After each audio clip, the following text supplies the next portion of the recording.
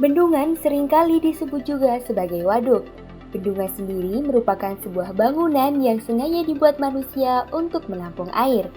Kamu sudah pernah lihat atau belum nih? Atau di sekitar rumahmu ada bendungan atau waduk?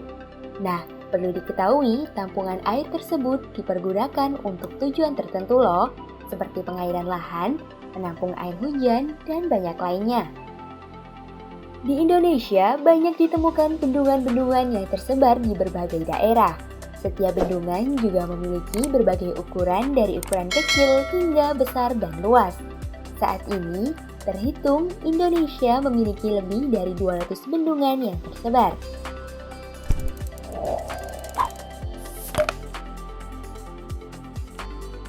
Bendungan memang memiliki banyak sekali fungsi, seperti menampung air agar aliran air bisa terkontrol sehingga tidak terlalu meluap, sumber atau penyedia air di musim kemarau, sumber air minum bagi warga sekitar, sumber irigasi, hingga pembangkit listrik tenaga air atau PLTA.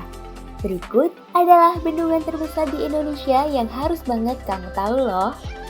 Pertama, Bendungan Jatiluhur. Bendungan Jatiluhur merupakan salah satu bendungan terbesar di Indonesia. Bendungan atau Waduk Jatiluhur ini berada di 100 km arah tenggara kota Jakarta. Bendungan atau Waduk Jatiluhur ini juga disebut dengan Bendungan Insinyur Juanda. Kamu sudah pernah lihat langsung atau pernah lewat nggak nih? Ternyata bendungan ini dibangun pada tahun 1957 dan mampu menampung air dalam jumlah yang banyak serta mampu mengairi lahan persawahan seluas 242.000 hektar. Bayangin aja tuh berapa banyak volume air yang bisa ditampung di bendungan itu ya. Wow, bendungan ini sangat membantu para petani bukan? Kedua, Bendungan Karangkates.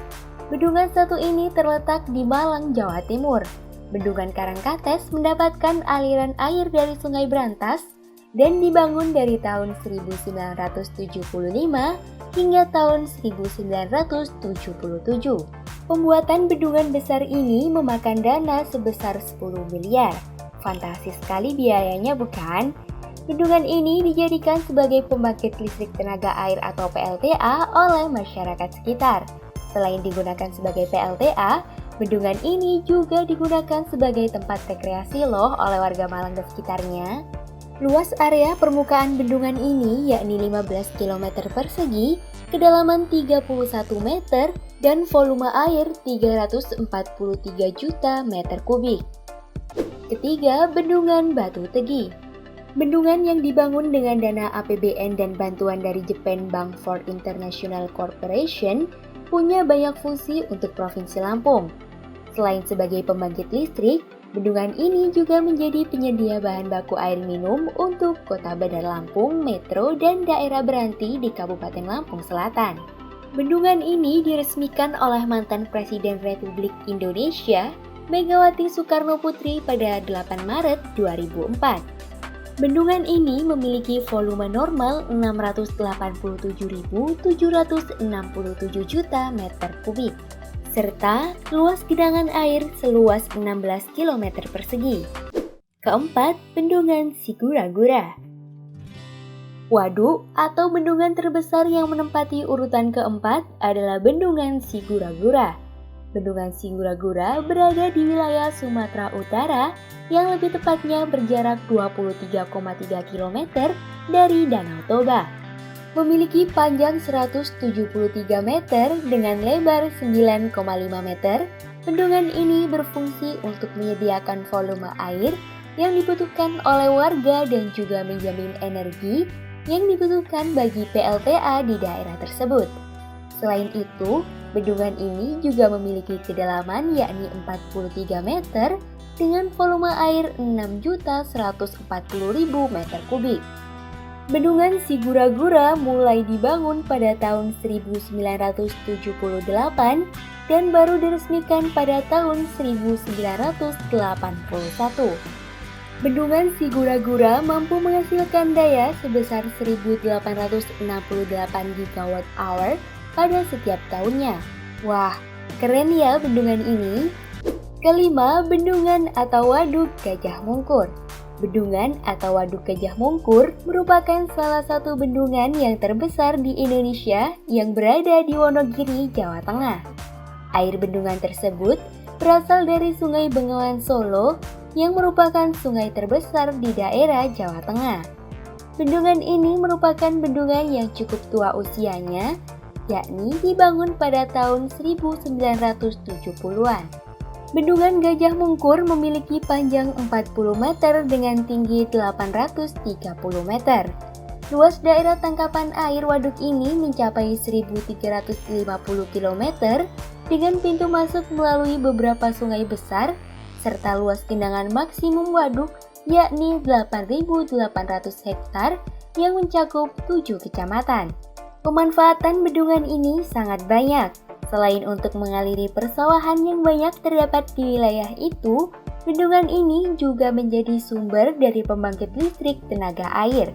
Setiap tahunnya, bendungan ini mampu menghasilkan daya sebesar 12,4 MW. Keenam, Waduk Wonorejo. Waduk Wonorejo merupakan salah satu waduk yang berada di daerah Tulungagung, Jawa Timur.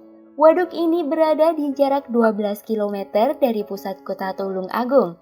Waduk Wonorejo ini menampung air hingga 122 juta meter kubik dan digunakan sebagai PLTA dan juga sumber air minum bagi warga di Jawa Timur khususnya. Bendungan ini dibangun pada aliran Sungai Kaligondang di Desa Wonorejo. Panjang puncak bendungan 545 meter, lebar puncak sekitar 10 meter, dan tinggi bendungan dari dasar sungai mencapai 95 meter. Konsultan desain bendungan oleh Nippon Koi Co., Ltd. di Jepang dan PT Indah Karya, sedangkan kontraktor pembangunannya dikerjakan oleh Hasama Gumi Kajima Co. Ketujuh, Bendungan Riam Kanan. Riam Kanan merupakan bendungan yang berada di Provinsi Kalimantan Selatan. Dibangun pada tahun 1973, bendungan ini dimanfaatkan sebagai PLTA di Provinsi Kalimantan Selatan. Pembangunannya sendiri memakan waktu selama 10 tahun, serta dibangun dengan membendung 8 sungai yang bersumber dari Pegunungan Meratus. Serta ada 9 desa yang kemudian ditenggelamkan di area seluas 9.730 hektar tersebut. Saat ini, lokasi Waduk Riam Kanan yang dikenal sebagai lokasi cagar alam, hutannya dirambah oleh penduduk setempat dan pendatang, sehingga terancam jebol karena maraknya aktivitas penambangan emas liar dan batu mangan liar. Debit air waduk ini tergolong minim yakni 54,39 meter dari debit minimal 56 hingga 57 meter dan masuk kategori kritis karena hanya bisa 1 dari 3 turbin PLTA Insinyur PM Nor yang berkapasitas 30 MW. Nah, sekarang sudah tahu dong beberapa bendungan atau waduk terbesar di Indonesia. Buat kamu jaga kebersihan di area waduk atau bendungan yang ada ya, karena semua itu menjadi sumber kehidupan masyarakat sekitarnya. Terima kasih sudah menyimak sejauh ini. Jangan lupa buat like, comment, and share ke teman-teman kamu ya. Dan sampai jumpa di informasi penting lainnya.